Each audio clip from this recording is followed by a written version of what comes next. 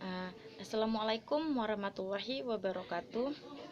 Perkenalkan, nama saya Agustina, NIM 2019 B1B117. Baik, di sini saya akan menjelaskan materi tentang sistem ekonomi Indonesia. Sistem ekonomi Indonesia sendiri adalah sistem yang dipakai oleh sebuah negara untuk mengalokasikan sumber daya yang dikuasainya, baik untuk perorangan ataupun instansi di negara tersebut. Sehingga secara normatif Pancasila dan Undang-Undang Dasar 1945 adalah landasan ideal sistem perekonomian di Indonesia. Sejak reformasi, terutama sejak SIMPR 1998, menjadi populer istilah sistem kerakyatan Indonesia. Sistem ekonomi yang harus ditetapkan di Indonesia yaitu sistem ekonomi demokratis yang melibatkan seluruh kekuatan ekonomi rakyat. Ada beberapa orang yang bertanya, mengapa sih sistem ekonomi kerakyatan? Kenapa bukan sistem rakyat atau ekonomi Pancasila? Ya, begini ya. Sebabnya adalah karena tata ekonomi rakyat dianggap berkonotasi komunis seperti di RRC atau biasa disebut dengan Republik Rakyat Cina. Sedangkan ekonomi Pancasila dianggap telah dilaksanakan sebelum Orde Baru yang dianggap resmi gagal. Sistem ekonomi Pancasila yang bermolar manusiawi, nasionalistik, demokratis, dan berkeadilan jika diterapkan secara tepat pada setiap kebijakan dan program akan dapat membantu mewujudkan terselarasannya dan keharmonisan kehidupan ekonomi dan sosial masyarakat. Sedangkan sistem ekonomi Pancasila berisi aturan main kehidupan ekonomi yang mengucapkan pada ideologi bangsa Indonesia yaitu Pancasila. Dalam sistem ekonomi Pancasila, pemerintah dan masyarakat melihat pada kepentingan ekonomi rakyat sehingga terwujud kemerataan sosial dalam kemakmuran dan kesejahteraan. Terima kasih untuk perhatiannya. Wassalamualaikum warahmatullahi wabarakatuh. Baik, Assalamualaikum warahmatullahi wabarakatuh. Perkenalkan, nama saya Hafizian Sari, NIM 2019 B1B094, nomor absen 10, kelas 2C, Prodi Administrasi Publik. Oke, di sini saya akan membuat video tentang pendapat saya atau kesimpulan dari materi tentang sistem ekonomi Indonesia, di mana setiap perubahan atau perkembangan sistem ekonomi di Indonesia itu dari rakyat, oleh rakyat, dan untuk rakyat. Itu adalah tujuan besarnya dari semua perubahan di sistem ekonomi di Indonesia selama ini, dari Orde Lama, Orde Baru, sampai di titik reformasi. Di sini saya akan membuat kesimpulan di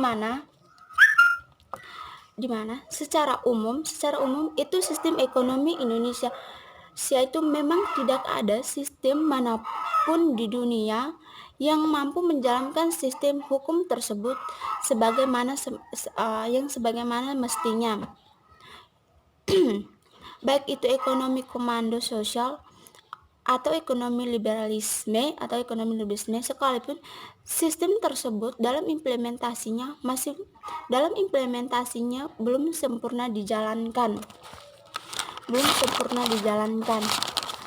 Banyak fenomena-fenomena yang terjadi, banyak fakta-fakta yang terjadi atau isu-isu yang terjadi dalam masyarakat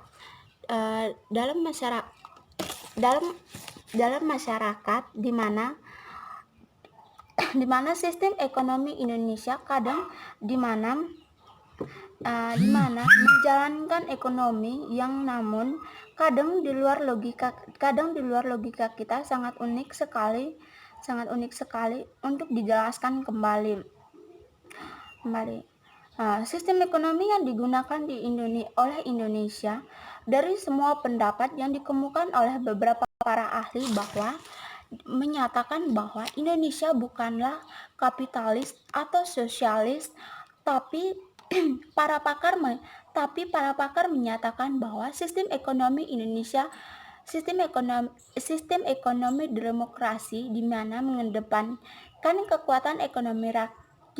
Sebut saja pada tahun 1998 ekonomi kerakyatan demokrasi Pancasila harus diterapkan di Indonesia karena ekonomi kerakyatan melibatkan melibatkan semua orang dalam produksi dan hasil yang diperoleh dalam ekonomi apapun yang diterapkan di sistem ekonomi rakyat atau demokrasi Pancasila tidak dapat dipilih karena yang pertama, ekonomi rakyat tidak lain dan tidak bukan dianggap komunis. Lalu gimana dengan ekonomi Pancasila? Ya, karena pada masa Orde Baru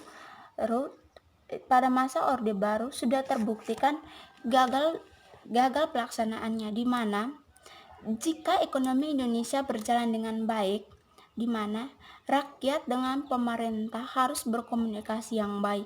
Pemerintah mendengarkan saran dari rakyat, sedangkan rakyat mendengarkan saran dari pemerintah. Jika rakyat dengan pemerintah bersatu, maka setiap perkembangan atau perubahan sistem ekonomi di Indonesia pasti berjalan dengan baik. Pasti sesuai keinginan rakyat, sesuai keinginan pemerintah, semuanya ya berjalan dengan baik sesuai keinginan kita. Terima kasih. Wassalamualaikum warahmatullahi wabarakatuh. Apapun yang diterapkan apapun yang diterapkan di sistem ekonomi rakyat atau demokrasi Pancasila tidak dapat dipilih karena yang pertama, ekonomi rakyat tidak lain dan tidak bukan dianggap komunis. Lalu gimana dengan ekonomi Pancasila? Ya, karena pada masa Orde Baru sudah terbuktikan gagal pelaksanaannya, di mana jika ekonomi Indonesia berjalan dengan baik, di mana rakyat dengan pemerintah harus berkomunikasi yang baik. Pemerintah mendengarkan saran dari rakyat, sedangkan rakyat mendengarkan saran dari pemerintah. Jika rakyat dengan pemerintah bersatu, maka setiap perkembangan atau perubahan sistem ekonomi di Indonesia pasti berjalan dengan baik. Pasti sesuai keinginan rakyat, sesuai keinginan pemerintah, semuanya ya berjalan dengan baik sesuai keinginan kita. Terima kasih. Wassalamualaikum warahmatullahi wabarakatuh. Assalamualaikum warahmatullahi wabarakatuh. Nama saya Azhar Gunawan, NIM 2019 B1 B092. Di sini saya akan menyimpulkan materi tentang teori, fakta, dan moral sistem ekonomi Indonesia. Oke, langsung saja. Dengan demikian, kedua fakta tersebut mengindikasikan memang tidak ada sistem ekonomi yang murni. Yang ada adalah seberapa besar dan dominankah peran negara dalam pengaturan perilaku ekonomi negara masing-masing. Jadi sistem ekonomi Indonesia harus mampu mengemukakan dan melaksanakan sesuai dengan cita-cita kemerdekaan Indonesia, yaitu untuk mencapai kesejahteraan sosial dan keadilan sosial bagi seluruh rakyat Indonesia, tanpa mengabaikan hak dan tanggung jawab global kita. Sistem ekonomi yang sekarang berlangsung di Indonesia sebenarnya tergolong dalam sistem ekonomi kerakyatan. Kenapa bukan sistem ekonomi Pancasila? Karena sistem ekonomi Pancasila telah dilaksanakan selama Orde Baru dan terbukti gagal. Jadi sistem ekonomi kerakyatan sebagai sistem yang harus diterapkan di Indonesia karena sistem ekonomi yang demokratis yang melibatkan seluruh kekuatan ekonomi rakyat. Mungkin sekian kesimpulan yang dapat saya sampaikan. Wabillahi taufiq wal hidayah. Wassalamualaikum warahmatullahi wabarakatuh. Assalamualaikum warahmatullahi wabarakatuh. Nama saya Leni Nadira Fitraningsi, NIM 2019 B1 B097. Di sini saya akan menjelaskan tentang sistem ekonomi yang ada di Indonesia. Sistem ekonomi Pancasila yang bermoral, manusiawi, nasionalistik, demokratis, dan berkeadilan. Jika diterapkan secara tepat pada setiap kebijakan dan program, akan dapat membantu terwujudnya keselarasan dan keharmonisan kehidupan ekonomi dan sosial masyarakat. Sistem ekonomi Pancasila berisi aturan main kehidupan ekonomi yang mengacu pada ideologi bangsa Indonesia, yaitu Pancasila. Dalam sistem ekonomi Pancasila, pemerintahan dan masyarakat memihak pada kepentingan ekonomi rakyat sehingga terwujudnya kemerataan sosial dan kemakmuran dan kesejahteraan. Hanya saja, para pemikir yang kritis mulai mempertanyakan kemana arah sistem ekonomi kita nanti. Nampaknya baru pada tarif non-normatif dan belum mampu menjawab dinamika perekonomian Indonesia yang dinilai banyak pihak semakin terbuka. Posisi kita adalah harus mampu memukakan dan melaksanakan sistem ekonomi Indonesia sesuai dengan cita-cita kemerdekaan Indonesia, yaitu untuk mencapai kesejahteraan sosial dan keadilan sosial bagi seluruh rakyat Indonesia, tanpa mengabaikan hak dan tanggung jawab global kita. Mengingat masih tingginya tingkat korupsi yang mencengkram di dalam sendi-sendi perilaku para pejabat yang menjalankan ekonomi, di mana posisi Indonesia ini masih ranking 107 di antara 175 negara.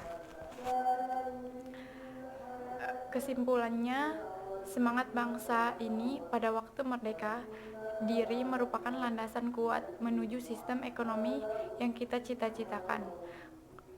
Konsep tersebut selain harus menjamin arah terwujudnya berbagai cita-cita itu, juga dapat menjawab dua tangan besar dengan dewasa ini berdasarkan di hadapan kita, yaitu memenangkan persaingan dalam era globalisasi dan membangun segenap potensi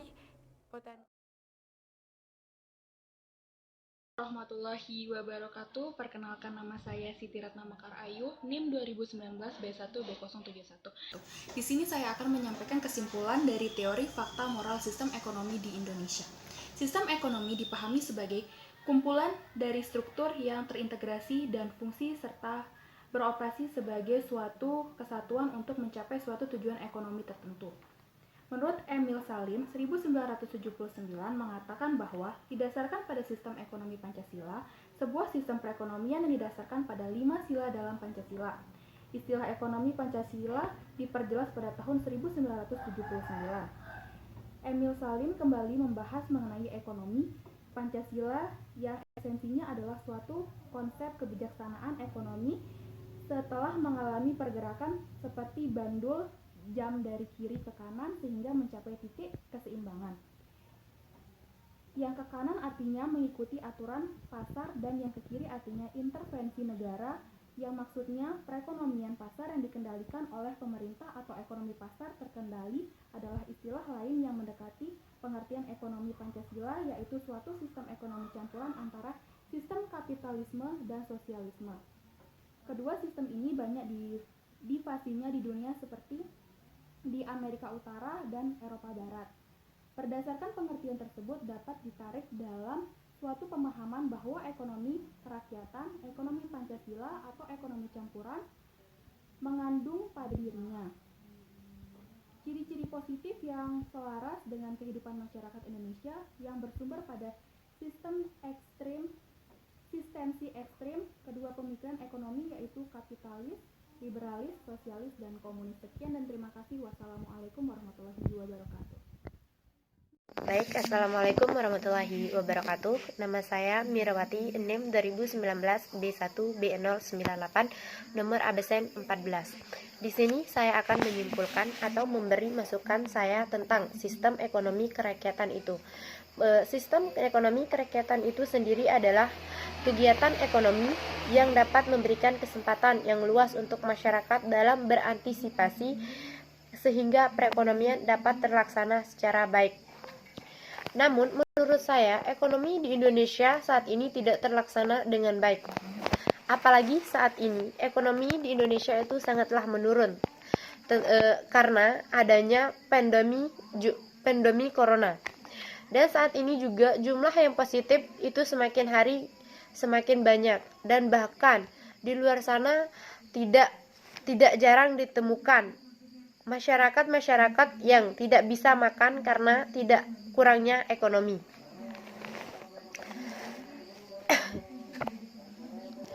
Bahkan tidak hanya buruh atau pekerja serabutan yang merasakan bagaimana kurangnya ekonomi, orang yang dibilang mampu saja bisa merasakan kurangnya ekonomi saat ini. Dan saya juga sangatlah tidak setuju dengan cara pemerintah saat ini dengan cara membagikan uang PKH. Uang PKH yang dibagikan dengan cara yang menurut saya kurang adil. Kenapa saya bilang begitu? Karena banyak sekali masyarakat miskin yang tidak mendapatkan uang PKH tersebut. Namun malah sebaliknya, masyarakat kaya yang mendapatkan uang tersebut. Walaupun jumlah yang dibagikan itu jumlah yang lumayan besar, namun cara yang tidak adil itu yang membuat saya tidak setuju. Dan janji pemerintah yang akan memberikan uang kepada setiap keluarga minimal 600.000 itu masih hanya janji dan belum ditepati saat ini. Mungkin hanya itu yang dapat saya sampaikan. Wassalamualaikum warahmatullahi wabarakatuh. Assalamualaikum warahmatullahi wabarakatuh. Perkenalkan, nama saya Wadli Rizaldi, NIM 2019 B1B076. Saya akan menanggapi tentang materi hari ini, yaitu sistem politik Indonesia.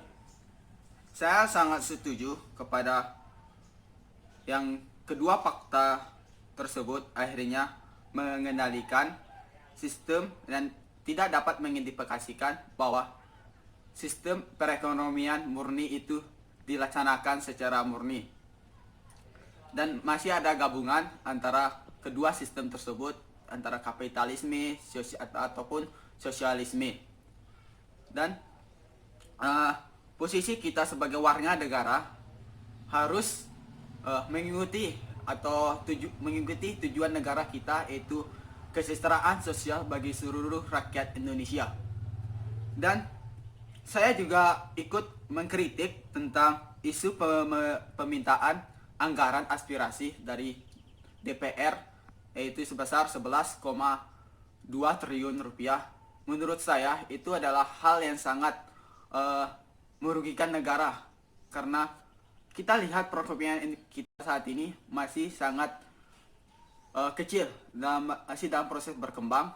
Dengan dana sebesar itu yang diminta oleh DPR sangat tidak masuk akal menurut saya. Dan perekonomian apa sih yang dipakai Indonesia saat ini? Di minggu lalu kita sudah belajar tentang perekonomian Pancasila. Apakah Indonesia memakai perekonomian Pancasila? Menurut saya belum tentu. Indonesia akan saya sesuai dengan yang kedua. Menurut Emil dan Mulyanto berpendapat bahwa sistem Indonesia itu berada di antara kedua kutub, antara kapitalisme dan sosialisme. Saya tidak setuju dengan Frank Seda yang mengatakan bukanisme, bahwa Indonesia itu tidak ada, bukan kapitalisme, bukan sosialisme, tidak adanya monopoli, tidak adanya, karena di Indonesia pengangguran yang berada di desa. Selain itu juga perlu difasilitasi dengan teknologi yang sudah berkembang di zaman modern ini. Salah satu contohnya dengan kepemimpinan yang berbasis web. Ini diberikan bagaimana cara menggunakan dan memberikan pemahaman bagaimana menggunakan internet web untuk menggunakan UMKM, pembicara pasar baik dalam negeri maupun luar negeri. Dalam hal ini perlu bekerjasama dengan pemerintah setempat.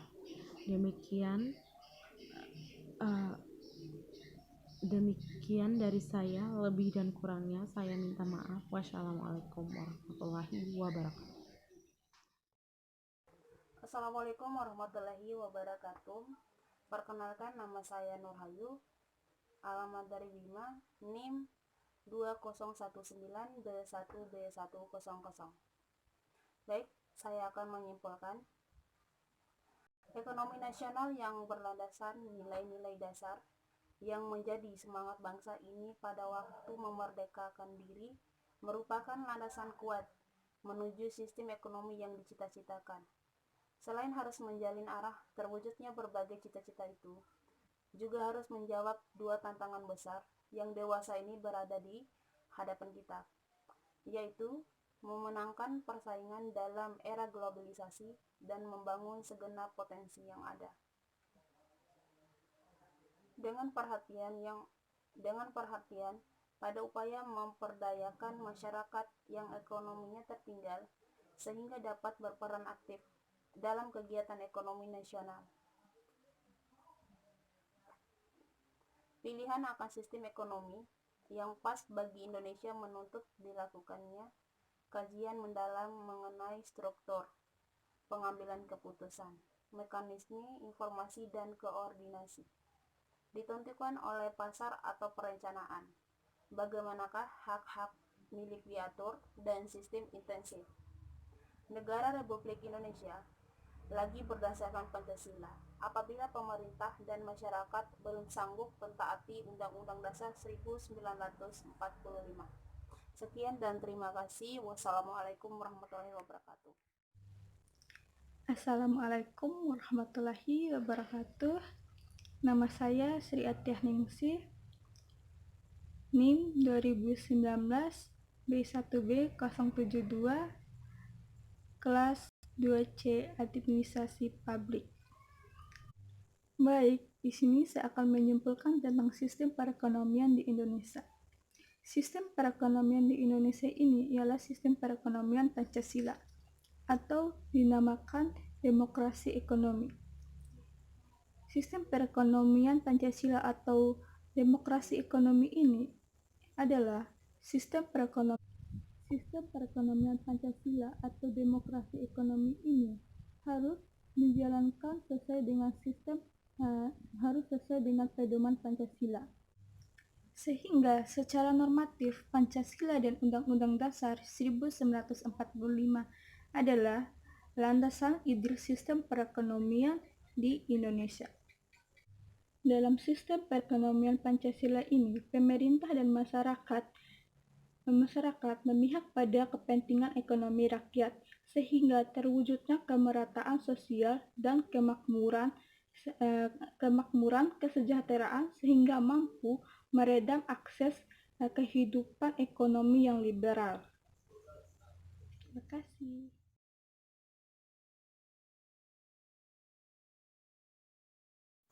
Assalamualaikum warahmatullahi wabarakatuh. Perkenalkan, nama saya Maratin Soleha, NIM 2019 B1B106.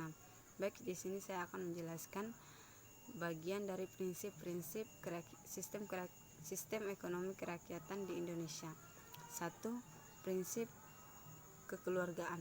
Dalam penjelasan Undang-Undang Dasar dinyatakan bahwa perekonomian disusun berdasarkan asas kekeluargaan. Prinsip ini merupakan acuan semua badan usaha. 2. Prinsip keadilan.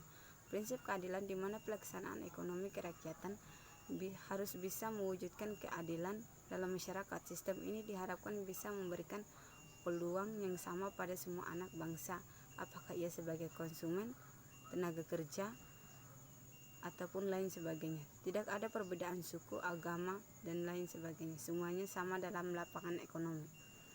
3. Prinsip pemerataan pendapat. Masyarakat sebagai konsumen dan melakukan ekonomi harus merasakan pemerataan pendapat. Kalau selama ini pemerintah selalu mementingkan pertumbuhan ekonomi yang tinggi, namun pertumbuhan ekonomi yang tinggi tidak akan membawa pada pemerataan pendapat. Pertumbuhan tersebut hanya dirasakan segelintir atau sebagian masyarakat yang disebut sebagai pengusaha besar, sedangkan mayoritas masyarakat berbeda pada posisi miskin dan melarat. Bismillahirrahmanirrahim. Assalamualaikum warahmatullahi wabarakatuh.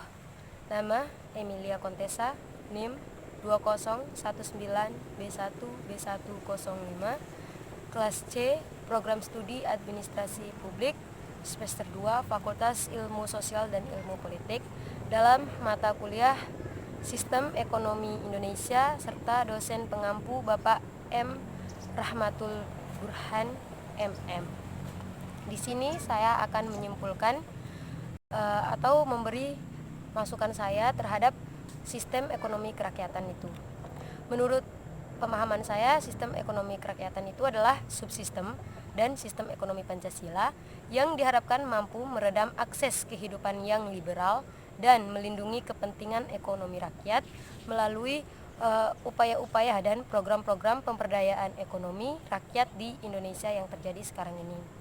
Ditambah dengan pandemi corona yang saat ini semakin hari semakin banyak yang terjadi di Indonesia, ataupun kita fokus saja terhadap NTB sekarang makin lama semakin hari semakin banyak, maka ekonomi masyarakat pun semakin menurun, semakin susah untuk mendapatkan makan, dan tidak jarang bagi mereka yang kesusahan ekonomi itu tidak makan. Ekonomi kerakyatan itu yaitu kegiatan dari ekonomi yang dapat memberikan kesempatan yang luas untuk masyarakat dalam berpartisipasi sehingga perekonomian dapat terlaksana dan berkembang secara baik. Di mana ekonomi rakyat itu adalah sebagai kegiatan ekonomi atau usaha yang dilakukan oleh rakyat dengan mengelola sumber daya apa saja yang ada di sekitarnya ataupun di sekitar lingkungan tempat tinggal yang dapat diusahakan dan dikuasai, terutama itu dalam kerajinan tangan atau bahan makanan itu dapat diperdagangkan untuk membantu ekonomi masyarakat yang semakin lama semakin menurun ini. Mungkin itu saja kesimpulan atau pendapat dari saya. Saya pribadi mohon maaf bila ada salah kata. Billahi taufiq wal hidayah. Wassalamualaikum warahmatullahi wabarakatuh.